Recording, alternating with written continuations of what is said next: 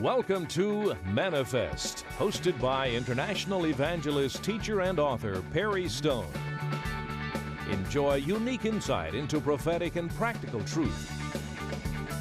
It's time to feast on fresh manna, so get ready to be blessed and encouraged. And now, here is your host and teacher, Perry Stone. I'm going to delve into a subject that is very interesting, and it's a subject that I have not actually taught in a conference in its entirety before. And a very interesting subject that I call Jerusalem's Third Temple and its impact on the world. In 70 AD, the temple in Jerusalem was destroyed on the Temple Mount by the Roman 10th Legion. The odd thing is this 25 years later in the book of Revelation, in Revelation 11, John is said by an angel, measure the temple of God and they that worship therein, but the court that's without leave out, for it will be given to the Gentiles, and they'll tread the city down for 42 months. That is a verse concerning the Antichrist invading Jerusalem, but it's odd he mentions measuring an altar at a Jewish temple in Jerusalem. And so we're going to discuss today, how is it possible that there could ever be a third temple or a Jewish temple built in Jerusalem in or around the Temple Mount when there's Islamic mosque and an Islamic shrine called the Dome of the Rock that sits on the Temple Mount? What would have to happen in order for that to take place? This is going to be a very intriguing message. Now, my main story is Revelation chapter 11, the story of the two witnesses. Revelation chapter 12, the Jewish remnant suddenly fleeing as the Antichrist comes into Jerusalem. And Revelation 13, how the Antichrist will come into Jerusalem and set up his headquarters for the final 42 months of the tribulation period. All of this begins the story of what we call mid-trib, or the middle of the 7-year tribulation period. Once again, Revelation chapters 11, 12, and 13.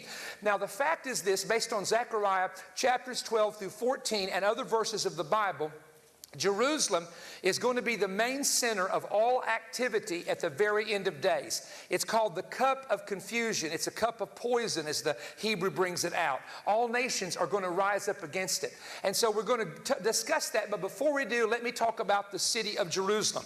The city of Jerusalem was first called Shalem or Salem in Genesis chapter 14 when Abraham met Melchizedek. Many centuries later in Judges chapter 19 and verse 10 is called the city of Jebus, and that was in the time of Joshua. It was a city controlled by a tribe called the Jebusites. Many years later after that, 2 Samuel chapter 5, 7, the mountain was called Sion, or we say it in English Zion, or Mount Zion, and that is where David took the stronghold of Zion, and he set up his kingdom on what is called Mount Sion there in the city of Jerusalem. Later on the top of Mount Sion was a mountain called Mount Moriah, and on top of that mountain, according to 2 Chronicles chapter 3 and verse 1, King Solomon built a marvelous temple, one of the most grandest buildings that you would ever imagine, with so much gold and beautiful marble and timber, the cedars that was in it. Now, if we read about some other places in the Bible, why would God choose the city of Jerusalem to be so important? Ezekiel tells us in chapter 5 and verse 5 that Jerusalem is the center of the nations. Now, some people actually believe, even though the earth is round, that if you take a map, and I've seen them do this, stretch a whole map out of the world, there's actually 4 key points. Remember, the Bible talks about the 4 corners, and Jerusalem becomes the center of it. Others believe that the Temple Mount is where God stood when he created the heavens and the earth. Now, we call it the Temple Mount. The Arabs or Muslims call it the Haram al-Sharif, which is the sacred area, the sacred mount, but it's still believed by tradition God stood up there in the heavens, and that's where everything was created, from the foundation stone that is on Mount Moriah there in the city of Jerusalem. 1 Kings chapter 9:3 and 11:36, Jerusalem is established forever as God's city. Jerusalem is the place, according to the book of Deuteronomy 12:11, where God would place his name forever, the place where the Jewish people would be required to bring tithe and offering from generation to generation. Isaiah 11:9, God calls Jerusalem my holy mountain 16 times in 16 verses. My holy mountain. Therefore, there's something special about the mount.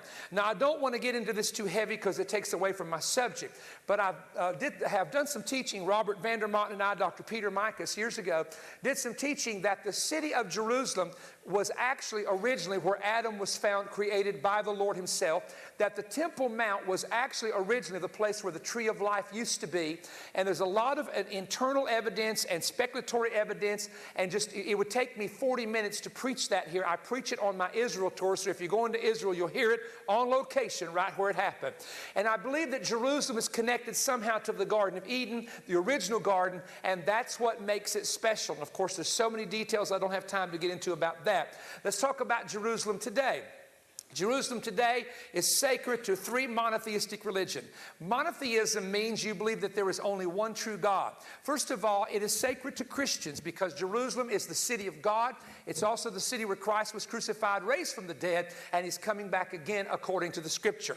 Jerusalem is sacred to the Jews because two temples and the tabernacle of David once sat there. Tabernacle of David was first, then Solomon built a solid building called a temple that was destroyed, and then that temple was rebuilt by the people coming back from Babylon, the Babylonian captives, and a second temple was built. And we'll talk about tonight a third temple that will one day be rebuilt on the Temple Mount during the tribulation, according to Scripture. The third group that Jerusalem is holy to is Muslims, or the religion of Islam. The reason for that is two mosques are built. Actually, one is more of a shrine than a mosque. The Dome of the Rock is considered to be an Islamic shrine, similar to the Kaaba, which is in Saudi Arabia.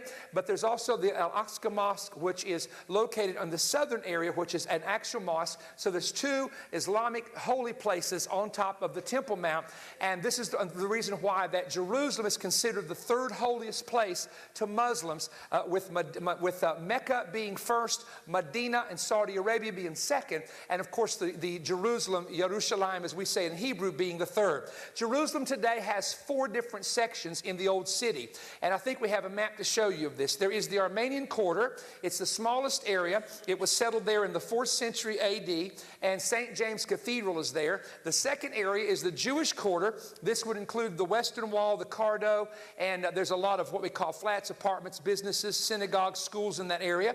Then we have the Christian quarter in Jerusalem. There's about 40 churches, including the famous Church of the Holy Sepulchre, the traditional site where the Catholics indicate that Christ was crucified and raised from the dead. The Stations of the Cross, called the Via Dolorosa, are located in the Christian quarter as well. But the largest quarter is the Muslim quarter. The Muslim quarter contains, there are some churches in the area, but it's a lot of shops, a lot of businesses, etc. So Jerusalem is basically divided in the Armenian, Jewish, Christian, and the Muslim quarter. Now, Jerusalem has historically a very strong Hebraic influence. Now, where does the word Hebrew come from, and why do we call them Hebrews? Why are they called Israelites, or why are they called Jews? And we're talking about the Jewish people. First of all, Abraham was called Abraham the Hebrew, and the root word comes out of a name in the Bible, Eber, E-B-E-R. So they are descendants of Eber. Also, the name has a connotation of one that travels to cross the river. So Abraham crossed the land of Ur into the land of the Promised Land. So the name Hebrew is an early name for the people of Abraham's descendants. Now, when the tribe of Judah settled in the area of Judea, and when especially that the 10 tribes were taken captive at the time of the Assyrians, then the area of Judah the people living there became known as Jews. And the name Jews is connected to the area of Judea in early history. And so Israelites became their name because they were the 12 tribes. And when you put the 12 tribes together, they were called Israel. And so all those tribes, when you're talking about not the land was Israel, but the people were Israelites. So all of these are three different early names, different names that have been used through history concerning the Jewish people. Well, you have Abraham, who offered Isaac on top of Mount Moriah. This would be the area of the Temple Mount. You had David, who later came along, captured the area, and he bought the threshing floor of Ornan the Jebusite, and the threshing floor of Ornan the Jebusite was the same mountain where Abraham had offered Isaac. And then in the time of Solomon goes up on top of the mountain where Abraham had offered Isaac, and he builds the most magnificent temple called the Temple of Solomon, also called the First Temple. Now, in going through history, let me get down to a little bit information here that I think you'll find extremely interesting. Of everything in the city of Jerusalem, the most controversial part is the Temple Mountain, the mountain where the temple once stood. And the Temple Mount, there's different dimensions. It depends on how you want to measure it. If you want to measure where just the dome of the rock is, where the Al-Aqsa Mosque is, or the whole thing. But they say it's about 45 acres total if you measure it a certain way. And there are different beliefs as who really should control this mountain. For example, Christians and devout Jews believe that Solomon and Herod's temple sat somewhere, maybe not where the dome is, but right around that area, the actual structure. And then we also know that Arab Christians know, if they believe the Bible, that there were temples of the Jews there. And also they know from their history that Christian churches, before the Muslims took Jerusalem, used to exist in that area as well. Now the Muslims, this is real interesting, since from 1948 and all the way especially since 1967, when the Jews retook this entire area from Jordan and annexed it into Israel, there has been a denial of any Jewish presence in history on the Temple Mount. This is important that you catch this right now in my teaching, that according to many Muslims, the Jews never had the Mount. They had no right to the Mount, and there's no historical evidence that they did. Now, we've got to talk about that in a little bit, because here's what history actually says. 2 Samuel 24, David purchased the mountain from Ornan the Jebusite. 2 Chronicles 3:1, Solomon built the temple on Mount Moriah. This is actual history. That temple was destroyed. The first temple lasted, according to Josephus, Solomon's temple lasted for 476 years. The second temple of Herod lasted for 420 years. It was destroyed by the Romans. So both Jewish temples were destroyed. The Babylonians did the first destruction, and then when it was rebuilt, the Romans did the second destruction. Now the Romans took the city and plowed it under in the year 71, and this is a year after the destruction, and they put salt all over the place to keep things from growing there. And they thought that in fact the emperor of that time actually renamed the city of Jerusalem. He wanted to get rid of the whole Jewish name. As a matter of fact, has anybody ever heard this? Hip, hip. Hooray. Say it with me. Hip, hip. Hooray. Do you know who said that? The Romans did when they destroyed Jerusalem. That was hip, hip, hooray, was the words that were spoken when Jerusalem was burning and being destroyed. Isn't that amazing? And we do that in sports events. So that is a Roman thing that existed back in the Roman time. Well, the Romans, of course, destroyed the temple. There were a handful of Jews that remained there. There were Christians that started moving there. Jerusalem was basically in ruins. But the Byzantines came in and they began to build churches. Now, they were the eastern branch of Christianity, and they began to build what's called Byzantine churches. You see the ruins of them today all over the Holy Land. And the Byzantines controlled the Holy Land for hundreds of years. And eventually what happened was Muslims began to conquer the Middle East, much of the Middle East. And from the 7th century to the year 1099, Muslims controlled the city of Jerusalem, and specifically the Temple Mount area. And so this is a little bit of the history. And then the Crusaders came in and they took it over, and the Crusaders get it, then the Muslims would get it, then the Crusaders would get it, and they fight back and forth for it. And finally in 1517 to 1917, the Ottoman Turkish Empire, the Turks, took Palestine, that's what it was called then, over, and they had the control of the Temple Mount until 1917, when General Edmund Allenby, by the way, on Hanukkah, shows up in the city of Jerusalem, and they hand the keys over to prevent bloodshed from coming. It's a long story, in the city of Jerusalem, and the British took it, and the British eventually, through a mandate through the United Nations, gave it up, pulled out, and allowed the Jewish people to form a homeland called Israel in the area of what was known at that time as Palestine. So this is kind of a history of the area. The city of Jerusalem, believe this or not, the city has been, check this out, destroyed completely 2 times, besieged by armies 23 times, attacked 52 times, and recaptured 44 times. Now you tell me a city on the planet that can have a history like that.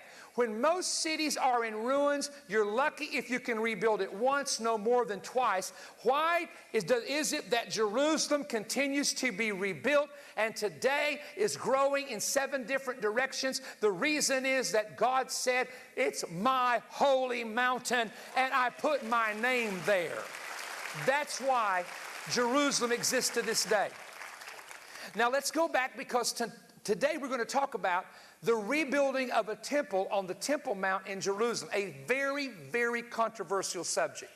Let's talk about this for a moment.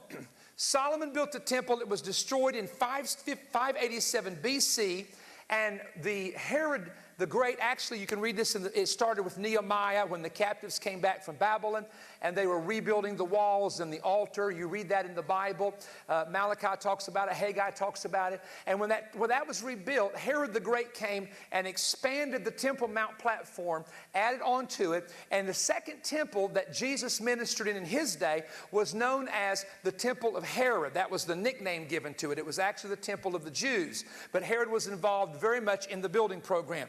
Now, the thing that is interesting is this, that in 70 AD, when the temple was destroyed, there is history that shows that Christians built a church on the Temple Mount. Once the Byzantines took it, once they had control of the area, they built a church up there.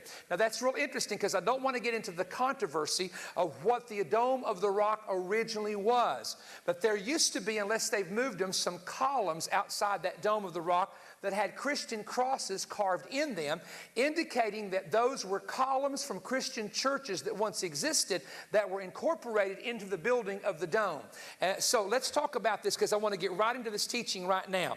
Now here's the controversy. The Dome of the Rock in the city of Jerusalem, and let's show them the mosque. We've got pictures of two mosques here. The Dome of the Rock in the city of Jerusalem is approximately 1,324 years old. Now, there is another mosque at the southern end called the Al-Aqsa Mosque, and it was built in the year 1035, so that mosque is 980 years of age. Now, it's been remodeled, the dome has been remodeled, but the actual structures of how long those buildings have been there, think about this, 1,324 years and 980 years. Now, this is important. Both of these are located in the area which is believed to be Mount Moriah. If you go where the dome is, that's the top of Mount Moriah. If you go where the Al-Aqsa Mosque is, that's the southern end of Mount Moriah. If you drop off into the slope, you come to Mount Sion or Mount Zion, the slope and a little bit upward. And if you go further down, you come to Ophel. The Bible talks about Ophel, Mount Sion, and Mount Moriah. So all of this consists historically of what is called the Holy Mountain of God. All of it does. But the most important part is the top part of the mountain where it's believed that God made covenant with Abraham, and Abraham put Isaac there and offered him, and of course the ram took his place. Now here's where the situation gets very, very odd. How do Jewish people build a temple on top of that mountain? You can't build it where the Al-Aqsa Mosque is. You have some trees between the two, but that wouldn't be a wise thing. The dome isn't really going to go anywhere, but I want you to notice to the right of the dome, there's an empty space. Now, you can't see on the screen how large that really is. It's bigger, bigger, bigger than it looks on the screen, much bigger.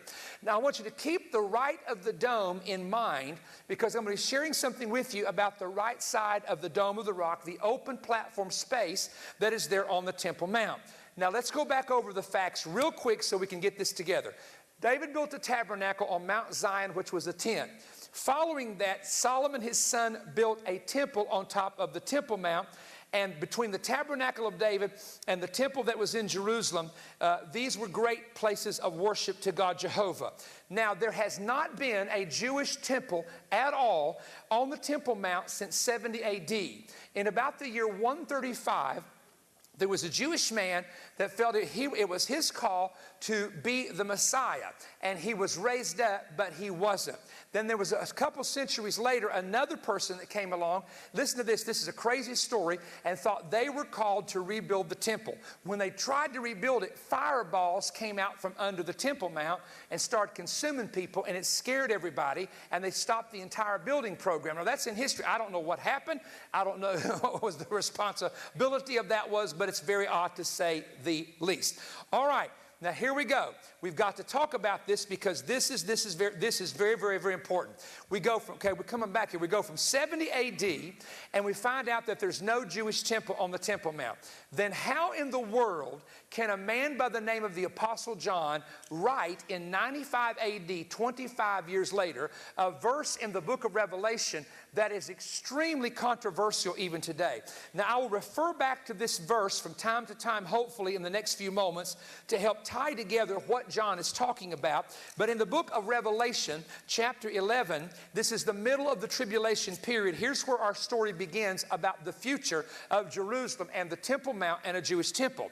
John says, "There was given to me a reed like a rod, and the angel said, rise up and measure the temple of God and the altar, and them that worship therein, but the court which is without leave out and measure it not. For it's given to the Gentiles, and the holy city they shall tread underfoot for 42 months. Now the question tonight will be this: how in the world can you build a Jewish temple where there are two Islamic mosques? This is the controversy, because in Islamic law, they would never permit another structure to be built where those structures are, because to them, the entire Temple Mount belongs to Islam. Therefore, no other religion should ever build where there are the mosques. In fact, their teaching is, according to some Muslim friends of mine that I talked to, is that once a mosque has been placed anywhere, it can never belong to anyone in the history of the world except Islam. So you can't tear it down. You shouldn't build something over top of it. It has to belong to Islam according to their belief. So this is where the controversy is. Now, in 1967, during the 67 war, something amazing happened. The Temple Mount platform was the country of Jordan. The Eastern Gate was the country of Jordan. The Mount of Olives was the country of Jordan. Now, these are all places of important end-time Bible prophecy. Jesus comes back on the Mount of Olives, right, and it splits when he returns. Water comes out of the Mount of Olives, and the Dead Sea gets healed according to Zechariah 14. And then the Temple Mount itself, Revelation 11, there's a Jewish presence there. And then in Ezekiel 44, the Messiah comes through the Eastern Gate. This is all prophetic. Now, it was controlled by King Hussein of Jordan, a very noble king that lived and passed away several years ago. His son is now king of Jordan, an honorable man. Now, King Hussein, this is very, very interesting, because there were two times that they were going to open the Eastern Gate. And one time was about 1917. The Turks were going to open it, and when they found out the British were coming, they thought they would fight the British because those hills were so steep you couldn't get tanks up. And right when they thought they were going to do it, a freak thing happened, and it changed hands. The rumor was, and I did get this confirmed, that in the 1967, before the Six-Day War, the King of Jordan had talked about taking the Western Wall and making it the inside of a very elaborate Arab hotel, five-star hotel. Then he would open up the Eastern Gate and make a ramp across the Mount of Olives where people from Jordan or Muslims could come across the ramp and go right to the dome, but it required the opening of the Eastern Gate. Right before the cranes were set to do this, the Six-Day War happened, and the Israelis got total control of the city of Jerusalem.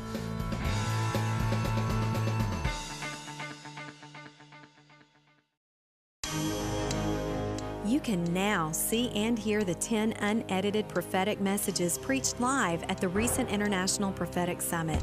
Thousands of people attended and enjoyed 4 of America's premier prophetic teachers: Perry Stone, Jonathan Cahn, Donald Perkins, and Bill Cloud. Perry delivers 4 profound messages regarding the end times. In the message, The Third Temple and How It Will Impact the World, Perry explores the coming of a third temple in Jerusalem, detailing when the building process will begin and the one man who will be the pivotal key in fulfilling the biblical predictions of a tribulation temple. In the message, Are We Now in the Tribulation?, Perry gives a fascinating expose detailing things which must occur in order to signal the beginning of the Great Tribulation. In the late 1800s, a New York journalist reported on a series of dreams revealing the condition of America at the time of the end, including angry mobs roaming the cities, trouble south of the border, and a government that would abuse the Constitution. Hear more about this in Perry's third message, Approaching the End of the Age, from now until 2023, as Perry also explains how the church has miscalculated the time of the end by dating prophetic events from the birth of Christ instead of his crucifixion. Perry's fourth message, How Israel and the Jews Prove God Exists, is said by many to be the most prophetic message they have heard in years. This conference set also includes 6 other powerful prophetic messages, such as The Second Coming of Christ in Armageddon by Donald Perkins, The Secret of the Third Day by Bill Cloud, The Coming and Shaking by Bill Cloud, and The Strange and New Harbingers That Are God's Handwriting on America's Wall by Jonathan Cahn. Order this conference on 10 audio CDs for a donation of just $65 or more. For your donation of $110 or more, you will receive 10 DVDs, which include the visuals that were presented to the audience who attended the conference. Order now by calling toll-free 1-888-21-BREAD. That's 1-888-212-7323, or order online at perrystone.org. You may also write to Perry Stone Ministries, P.O. Box 3595, Cleveland, Tennessee 37320, and request the CDs or DVDs. When ordering CDs, ask for offer number 15PS-CD. For DVDs, ask for offer number 15PS-DVD. Shipping and handling are included.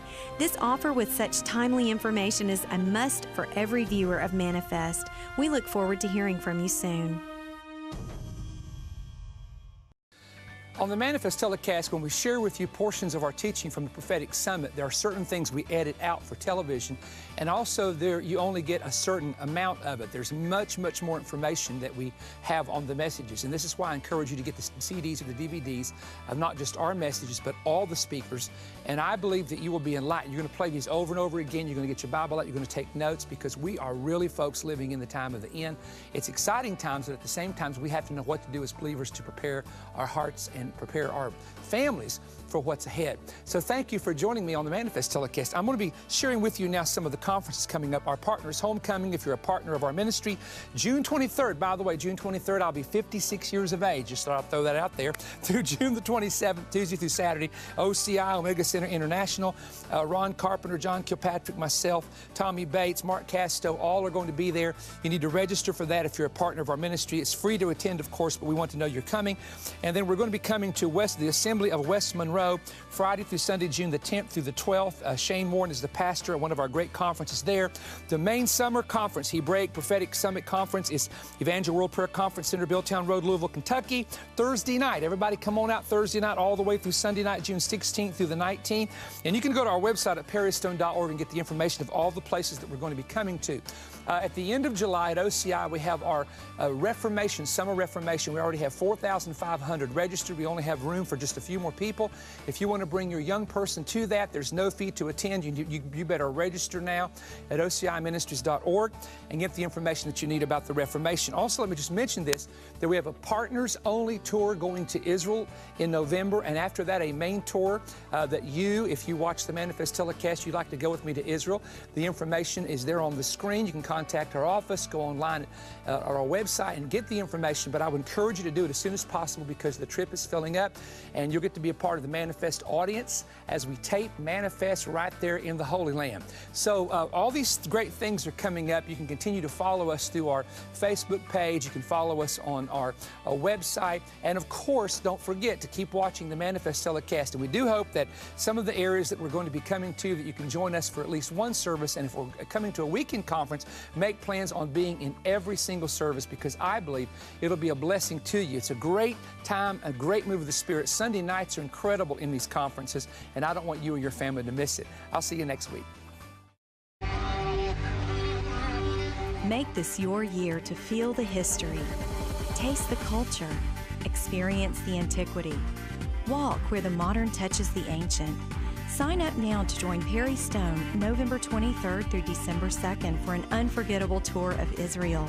For more information, visit perrystone.org or call 1-888-321-3629. Make this your year for a trip of a lifetime.